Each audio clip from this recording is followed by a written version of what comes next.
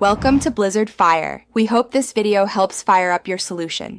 You start by gathering everything you need and acting immediately. Identify 5 to 10 intent keywords for each product using Etsy search suggestions and competitor titles. Once done, prioritize long-tail phrases and attribute terms like color, size, and style so you rank for specific buyers. Make sure you have high-resolution photos, clear SKU, accurate pricing, and shipping info ready. Then open the listing editor and begin inserting primary and secondary keywords into title, tags, and the first 160 characters of the description for relevance.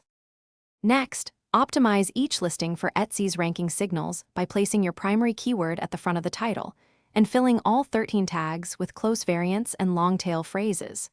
Once done, write a compelling first 160 characters of the description that mirrors buyer intent and lists 5 clear product features plus care instructions.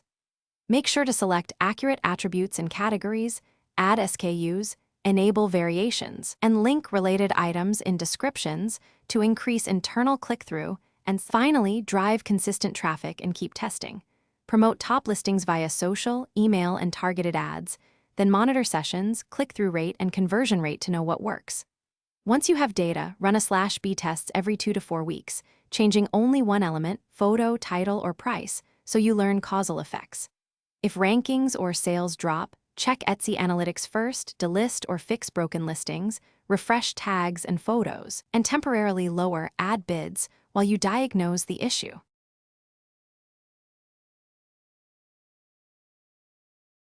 Thanks for watching. If you found this helpful, don't forget to like and subscribe.